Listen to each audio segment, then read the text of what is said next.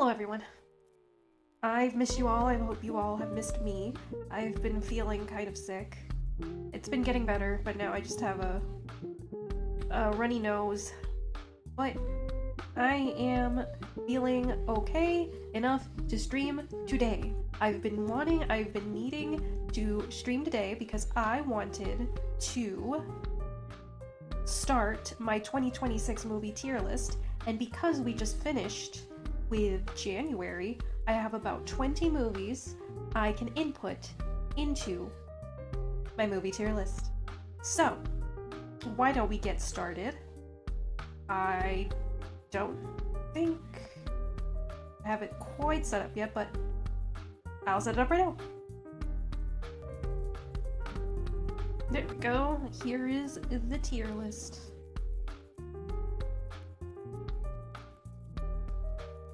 Now, I have thought about this a lot. I would say S tier would be like, this movie I would not only just recommend to everyone, this movie would be like, everyone has to watch this movie. It's a great movie, there's a good chance there's a high rewatchability rate. It's a movie that, you know, ticks all of the boxes in terms of quality, in terms of visual superiority, and it's just something that you just want everyone in the world to see. That's S tier. A tier is, I would recommend it to anyone that I think would be interested in it.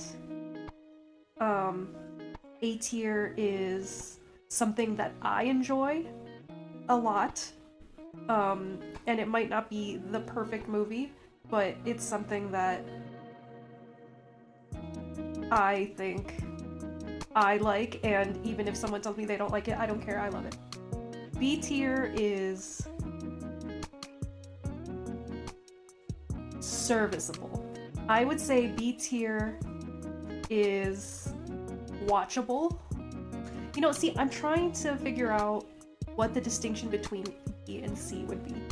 I feel like C would just be, this is a watchable movie. This is a watchable movie. I would consider it serviceable. It's passing, but I don't think I would watch it again.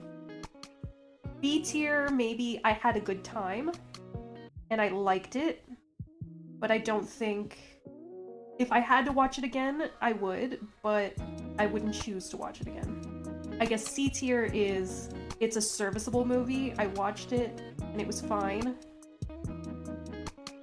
but I wouldn't watch it again. D tier is DD Mega Doo-Doo. F tier is, it should never have been made in the first place. That person is getting their First Amendment right taken away. And then I added a special category down here called fell asleep / not finished, which is pretty self-explanatory. It's just that I fell asleep during the movie. Not necessarily that it was boring. I can make the distinction if it was boring or not when I get to the movie, or movies, whatever. Or I just didn't finish it because I wasn't interested, or I was interrupted and had to go back to it and just haven't gotten around to finishing it. This category is going to be the most fluid, obviously, because I can go back and watch them and then put them in the category that they deserve to be in. But yeah, I will make that distinction as it comes. I've been really excited about this because I've really made a vow to myself to record all of the movies that I've watched this year, and it's just made me more excited to not only watch but finish movies. And I also just started writing down all of the TV shows that I've been watching this year, so be on the lookout for my TV show roundup and how that goes as the year develops. Okay, so we're gonna start with, I believe the first movie I saw this year And the only movies that I saw in theaters this year so far is Anaconda, the Paul Rudd Jack Black movie. I liked it. I talked a lot about it on stream, and I watched the original Anaconda on stream as well. I wanted to watch this movie because my really good friend was in town, and every time he's in town, we go and watch a movie. And he had already seen Marty Supreme, and he had already seen the new Avatar, and I wanted to see something that he hadn't seen yet. And Anaconda was available, and it was January 1st. And I said to myself, and I've been saying this on stream for months now, that I miss the slapstick, goofy, raunchy, stupid early 2000s comedy. And Jack Black and Paul Rudd and Steve Zahn are all on the Mount Rushmore of that era. I'd say Jason Biggs is as well. And we'll get to Saving Silverman later. But whenever I talk about that, of course, we always have to talk about how they don't make movies like that anymore. And when I saw that Anaconda was coming out, I thought, you know, if I have to throw my money into buying a ticket to Anaconda to show that I want these kinds of movies to be made, then so be it. I will do that. I will do that. And I would say that this movie was... I'm gonna say this movie was B tier. I really enjoyed myself. I thought the best scene in it was definitely not to spoil anything. The best scene in it was definitely the scene between, well, all four of the main characters were in it, but Steve Zahn was having trouble peeing on somebody's wound, and mayhem ensues from there. And it's just, and I say this because Jack Black and Steve Zahn have electric comedic chemistry together. And I mean, Jack Black can have comedic chemistry with an inanimate object, so that's not a problem for him. But I just thought this movie was a really good time. It was a really good time, and it was a perfect movie to go see when you're out with friends, or even on a date, because it's just like good mindless fun. It has a good heart. The people in it, the actors in it, are great at their job. It had a really great cameo. It had two great cameos that, if you enjoyed the first Anaconda, because it gives you like goofy nostalgia, you're gonna like this movie. Is it the best movie in the world? No. But it's a fun time. Let's go now to The Red Shoes. Now, the reason why I wanted to watch The Red Shoes is because I, of course, watch the Criterion Closet videos, and everyone and their mother puts The Red Shoes on their Criterion list of recommendations. I've been hearing about this movie for years, and I watched it on stream, and I fell asleep. And I woke up, and it was already the ending. And the credits started to roll. And I have not gone back to watch it again. What I did watch was good. Probably the first 25 minutes of it, I would say. But all the parts where it got interesting and they actually started dancing, I have no idea what happened. Do I feel motivated to go back and watch it? Unfortunately, not really. Do I still respect it for the movie that it is? Sure. I just don't really feel motivated to go back and watch it as of yet. Maybe plans will change, maybe I'll catch it on TV or something, and I will certainly watch it. But for now, it will remain something that I know is good, that people love, but I have not finished it yet. How about next we go to Men in Black. Now, Men in Black...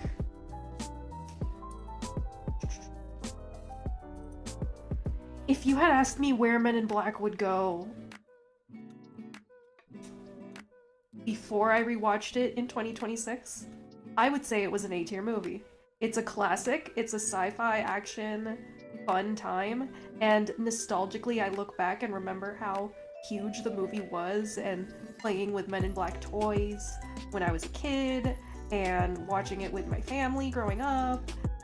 And then I rewatched it in January. And it is a great movie, but for some reason it didn't stand up in my mind to what I remembered as a kid. And it made me think I might like Men in Black 2 more than Men in Black 1. But I've yet to rewatch Men in Black 2 this year. So for now, I'm putting Men in Black 1 in the B tier. I want to put it in the A tier. For some reason, after this rewatch, I want to put it in B. And I'm going to put it in B, and I really hope no one hates me for that. It could change. It could stand to change. I think I might just need to watch Men in Black 2 again. Because I think I like the villain in 2 better than 1. Which is why it's sending me. What would bring me from B to A is the fact that they use a lot of practical effects still. I love this director. I think Barry Sonnenfeld is a genius. I love The Addams Family. I love Men in Black. But for now, it's gonna be B tier. Coffee. Coffee is a movie that we watched pretty conveniently. We watched on Martin Luther King Day. It is a blaxploitation movie starring Pam Grier, who is arguably one of the hottest women to ever live. She's a great actor. I was actually first introduced to Pam Grier on The L Word, and then I found out she was huge in the blaxploitation movies in the 70s, 80s, and then on to Tarantino and such. But Coffee, this would be the first time I remember watching it from start to finish. I remember seeing scenes from it years ago, but I never watched the whole thing. I like Coffee. I think it's great. It's very brutal, but it's a well done revenge story. It's a good crime story. You're really rooting for her the whole time. She's basically this badass vigilante that uses people's preconceived notions of her and her feminine mystique, and she uses it to her advantage to seek revenge on the people that hurt her sister. And I think this movie should go in A. I think I would recommend it to anybody that's wanting to watch like a 70s revenge story, or somebody that wants to like get into blaxploitation, who wants to see a hot woman eat people's ass. It's not a movie for the faint of heart, but it's a fun time. It's a good movie. I liked it a lot. Now, let's move on to Darling Companion. I am still trying to watch as many Diane Keaton movies as I can ever since she passed away. I love the Diane Keaton Comfort Watch, and when I found this movie, I think I found it around Christmas time last year, I saw that it did not have the best reviews online, and then I finally got to watch it in January, and I see why it doesn't have great reviews despite having this killer all-star cast. Let me read this off the poster. Mark Duplass, Richard Jenkins, Diane Keaton, Kevin Kline, Elizabeth Moss, Sam Shepard, Diane Wiest. It's got everybody. It's got such good actors, Academy Award winners, Academy Award nominees, and it's got a cute dog in it. Or so I thought. You think that this movie is going to be like a Marley and Me, or like, trying to think of another good like Must Love Dogs, or like a movie that, a rom-com or a family drama that has a dog at the center of it. And while it does, the movie is actually about losing the dog. And the entire movie they're looking for the dog, And in looking for the dog, this family has all of the cracks in their family tree ripped open in order for them to repair all of their family dynamics between her and her husband, her I guess it's their nephew. Yeah, her sister and her sister's boyfriend, her son or her nephew, and the nephew gets to know this this gypsy woman, this like Romany woman that's helping them find the dog. And it's yeah. It's well acted, and it's a fun, I wouldn't even say it's a fun watch, but it's just something about it just really falls flat. And you start to wonder, what is the point of this? Where is this going? Why did the dog have to go? And then they finally find the dog, and it's over, and you're like, it's one of these slice of life atmospheric movies that starts out one way and then turns into another, and you're just left with kind of a nothing burger feeling. But the only reason that I kept with it and I watched it till the end is because the actors are so charming, and I mean, they're obviously actors that the camera adores, and they keep you captivated reading the phone book. So just watching them have these domestic arguments and why don't you love me the way I used to kind of conversations, it keeps you strung along for the most part. I'm going to give this movie a C. White Nights, I really liked this movie. I was thinking it was just going to be a dance movie. It stars Mikhail Baryshnikov and Gregory Hines, which they are lauded as like the best ballet dancer and the best tap dancer of their times. And I thought it was just going to be a dance movie, but it turns out it's about defecting from Baryshnikov's character is defecting, or he already defected from Russia, right? And and it's this whole thing about cultures clashing, what freedom really means in Russia, in the United States, and loyalty and national pride, and it's a good movie. It's a great movie. It is not what I expected at all.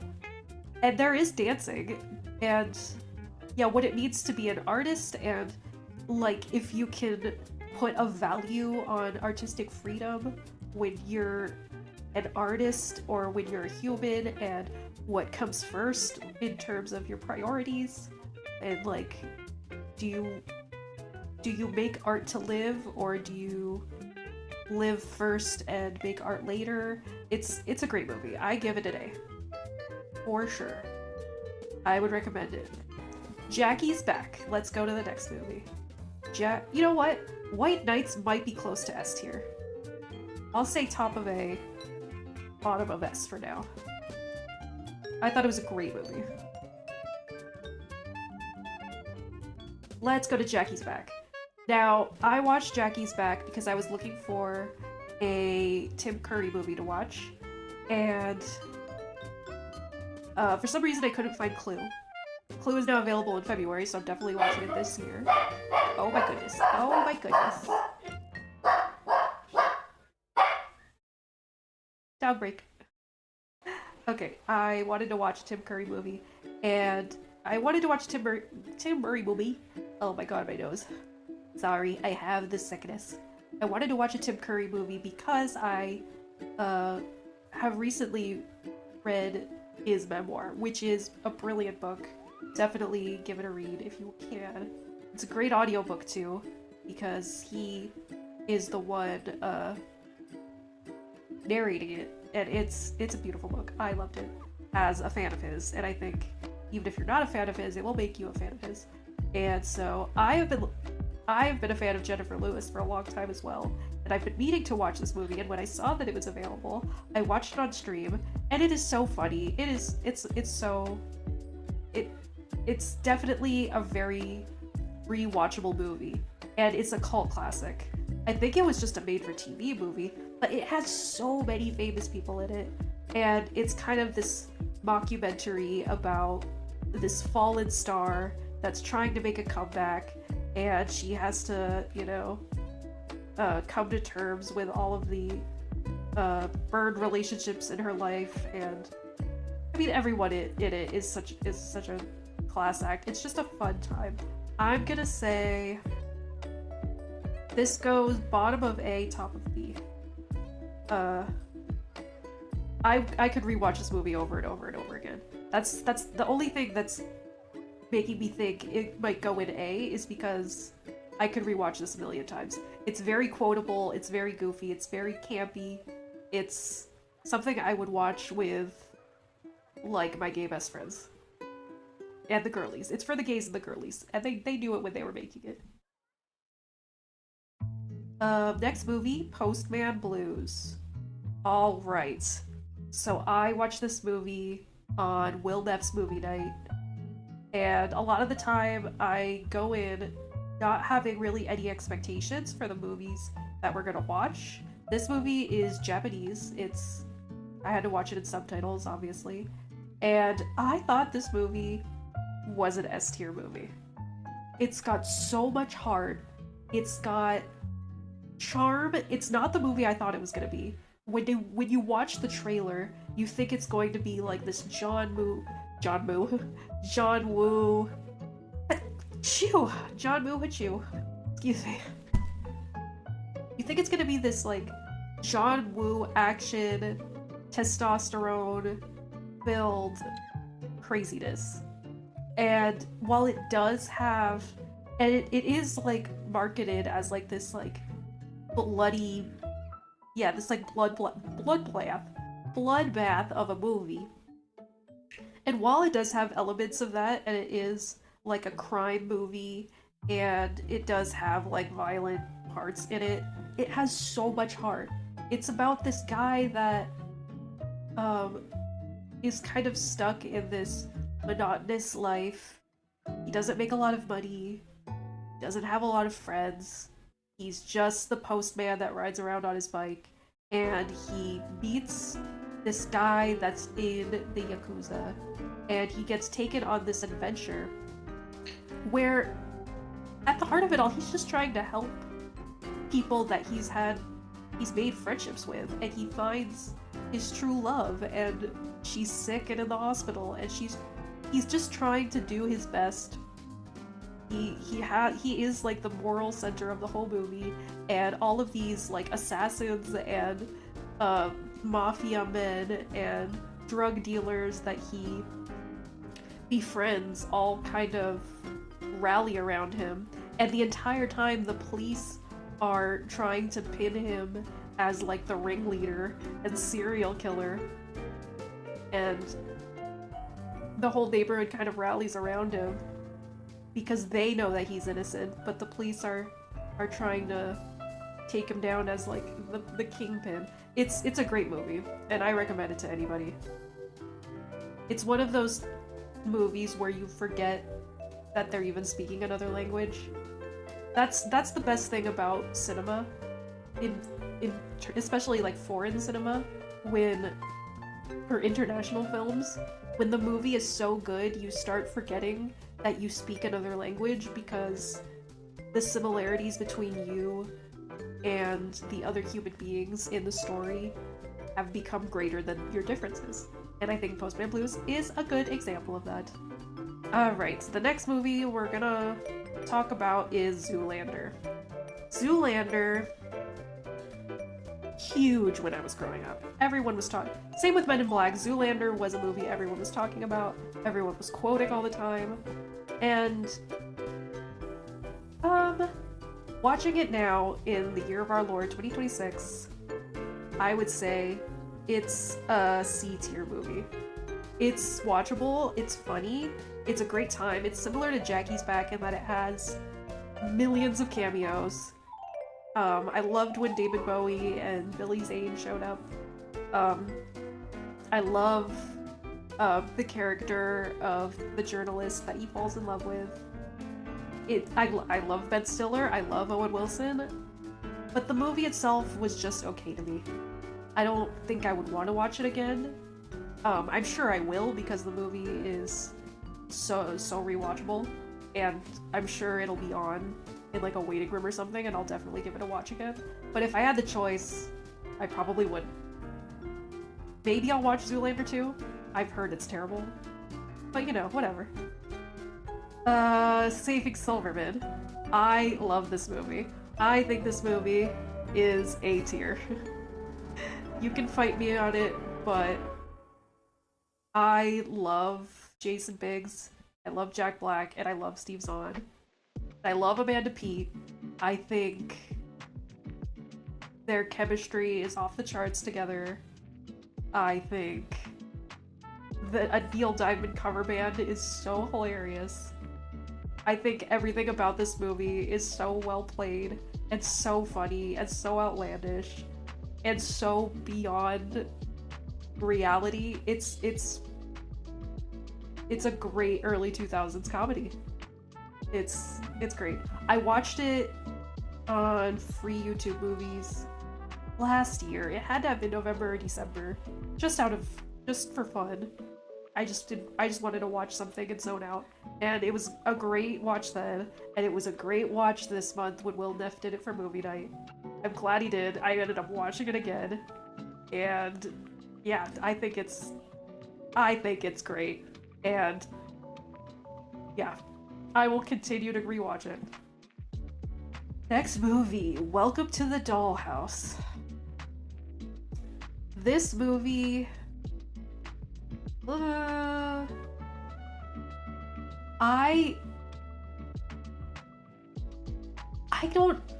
I want to say I liked it. I do. I love Heather Matarazzo, and I went in thinking how much I love Heather Matarazzo. I'm a huge Princess Diaries fan. I've loved everything I see her in, and I really wanted to see like the beginnings of her career. And this movie is just misery. And I'm just talking about the plot itself. This girl is in middle school, about to go to high school. I think her older brother's in high school, she's in middle school. She's got this little sister that is the queen of their house, and she is just this middle child that gets tortured at school, gets belittled at home. Oh my god, every twist and turn, her life just gets worse and worse, and at the end it's perfectly summed up with her brother saying, when she asks her brother, is high school better than middle school? And he says, no, it'll probably just get worse, but then you'll graduate and go to college, and hopefully it gets better then. And it's just like, it's so miserable, but it's so well done. I would put it in C. Just because I don't think I would watch it again. I think it's very well done. I would only recommend it to people that love like that teen angst artsy film. Probably my best hipster friends would love this movie, and I think all of my good hipster friends have already seen this movie, so I wouldn't need to recommend it. But it's great. I liked it. I just felt so bad for her, and it doesn't give you any emotional catharsis. And I do think that kind of happens when you're a teenager sometimes. Sometimes there is no major catharsis. Sometimes life is just unfair. Okay, next movie, The Producers. Now this is the original producers, Mel Brooks movie. Growing up, I watched Mel Brooks movies, but I never got to see the original producers. In high school, they had the Broadway musical made into a movie with Nathan Lane and Matthew Broderick, on Netflix, and that was the movie that I watched over and over again. I was never able to actually watch the original producers. So watching this movie is very interesting because it's much shorter, it's much more fast-paced, it's not a musical in and of itself. It is a film that contains a musical in it, whereas the newer movie is a musical and also has a musical within it. So it's like an hour extra, obviously, because it's based on the Broadway play. This is just a very fast-paced Mel Brooks classic. I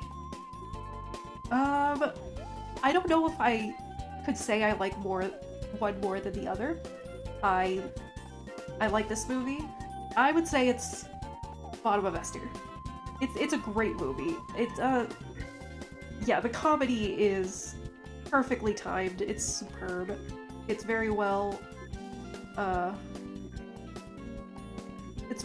I mean, it's one of Mel Brooks' greats.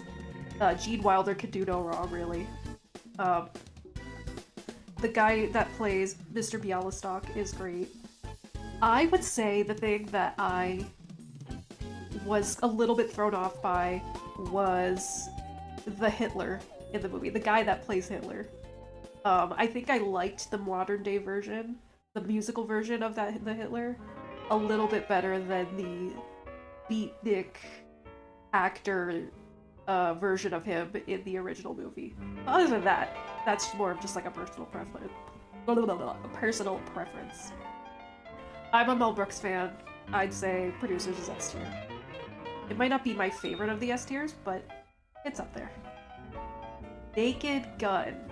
This is the 2025 version of Naked Gun? Was it 2024 or 2025 when this came out? I think it was 2024, like Christmas 2024. I loved it. I like Liam Neeson. I love Pamela Anderson's comeback. I think she looks gorgeous in this movie. I think both of them acted their comedic butts off. I like the original Naked Gun, and I love that this movie was the perfect homage to it. It paid respects to the first one while remaining a great movie all on its own. I haven't seen my boyfriend laugh this hard at a movie in a long time. It's just a laugh out loud funny movie. And I will give it top of A, bottom of S. I'll put it in S tier. I think it's a great movie. And I will be in line for when they make a second one. Point Break. A movie I had never seen up until this month. Amazingly. I've heard so much about this movie. This is such a guy's guy movie. It's so action-packed. It's straight man yaoi.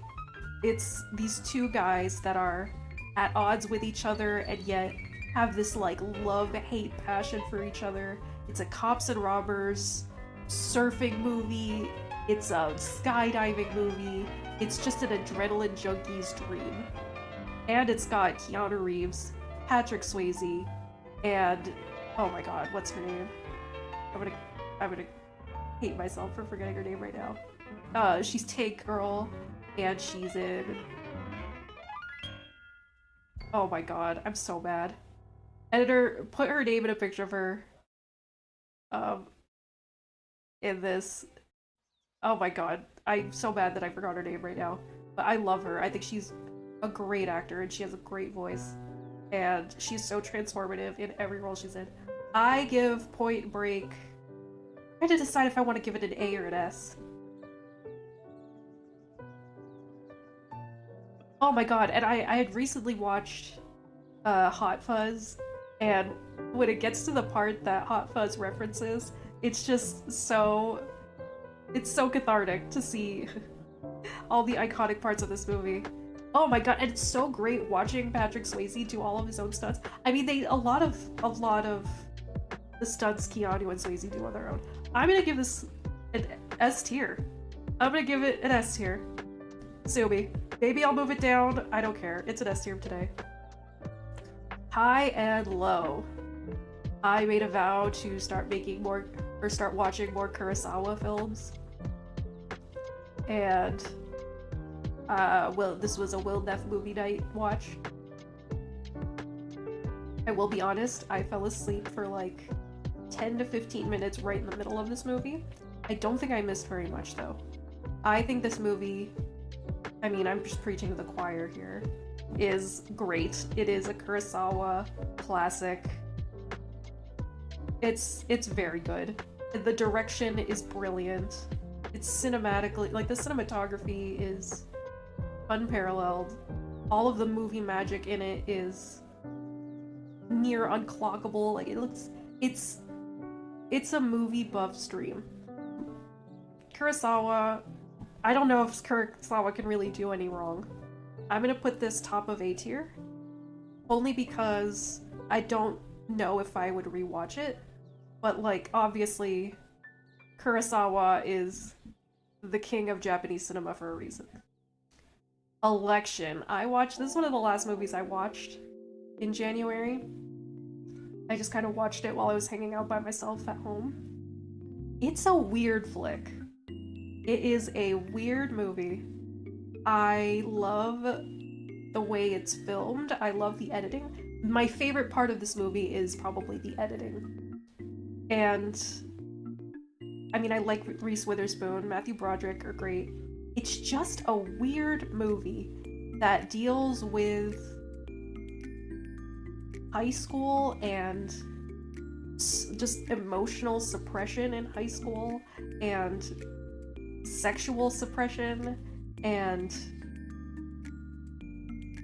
curbing your ambitions.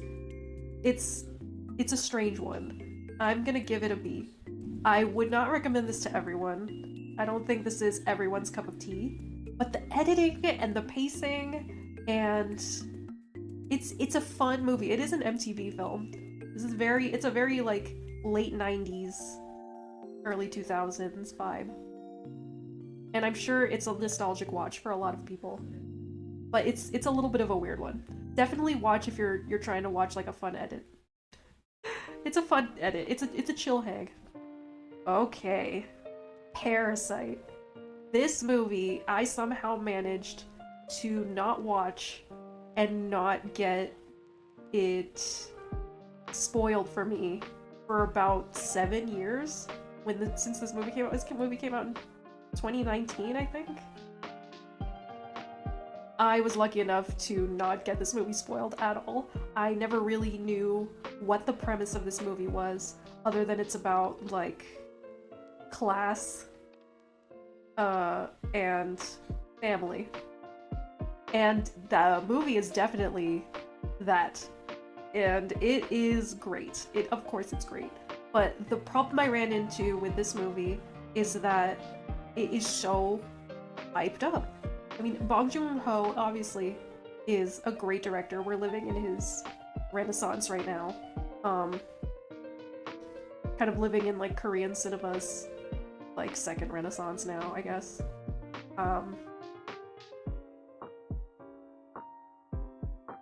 Yeah, it had so much hype though, and everyone said that it's like the greatest movie ever made. It's their favorite movie of all time. It's an instant classic, and I agree with them. But the hype is just so high that it was really hard to sit there, and it's hard for any movie to reach the level of hype Parasite has gotten. And I think that's why the movie kind of fell flat for me. However, if I had just picked up this movie and seen it without any hype at all, like if I was seeing it for the first time in theaters when it did come out, I would probably be one of those people that was singing its praises like it was God's gift to cinema. But I guess the issue with me too is that when I was watching it, I kind of felt like we were predicting everything that was about to happen, and the way that they were executing all of these like predictable twists and turns was innovative enough to where I wasn't getting angry that I was predicting everything. But I think my issue was that we were easily predicting everything that was going to happen next. So I don't know. I think just the fact that this movie has won so many awards and accolades that we were just being so critical of it. I'm still gonna give it bottom of S tier. Because it's very memorable. It's very memorable. I did watch Memories of a Murder last year, and I'm trying to think if I liked that one more. I think I like them about the same. But the difference between Memories of a Murder and Parasite is that I went into Memories of a Murder with no expectations. So I might have enjoyed it more. Because you know when you go into a movie and you don't have any expectations, it kind of just feels like the movie is yours, and you can create your own relationship with it. Whereas with Parasite, I feel like it's somebody else's girlfriend or boyfriend, you know? It's someone else's spouse, and I can have a relationship with it, but it's never gonna be intimate. If that makes sense. That being said, I do think it's a brilliant movie. It is very well done.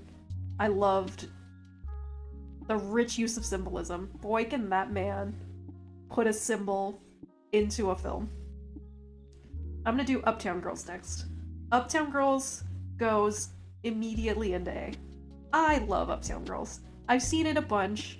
It is a nostalgic hit for me. It is a comfort movie, and I love it, and I don't care if anybody else hates it. I think it's a great movie from my childhood that I could watch every day and never get tired of.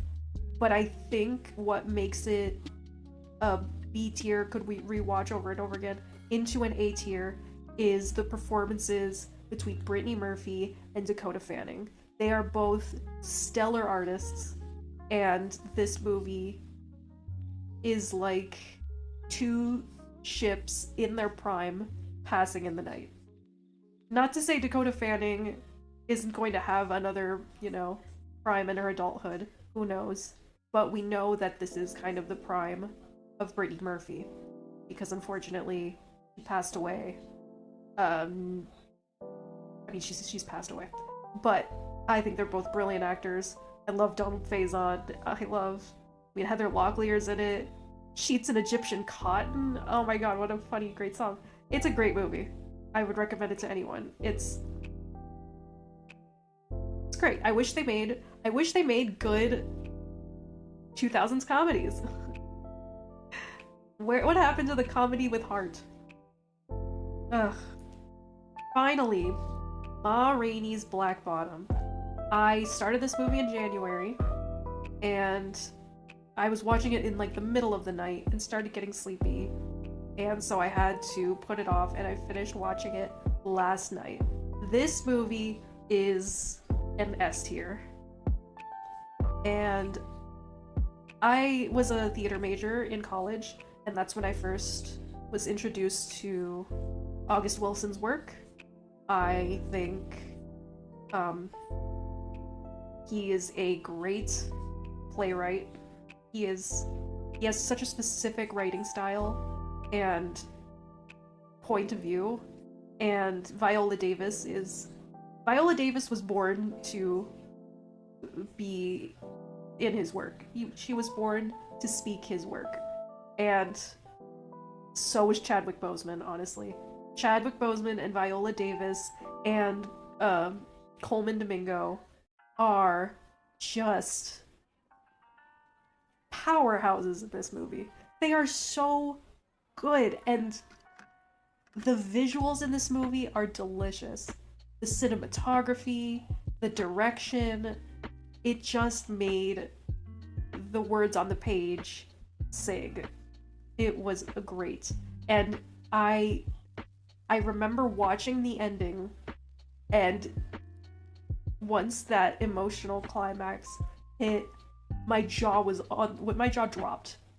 My jaw dropped, and I gasped at what happened, because it's a good play is exactly what they teach you about storytelling in high school, where there's an introduction of the characters, there's a slow build, they're winding you up, and then they reach a high point of the roller coaster and then they drop you back down to earth.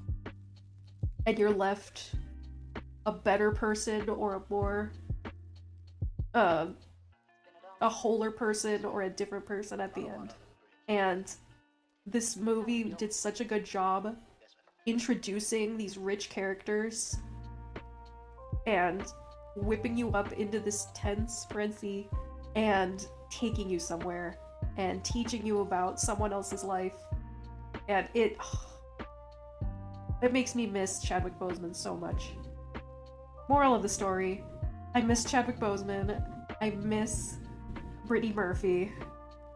I miss Diane Keaton. They're some of my favorite actors. I miss Patrick Swayze. I miss Gene Wilder. Yeah. Yeah. Movies, man. Art, man.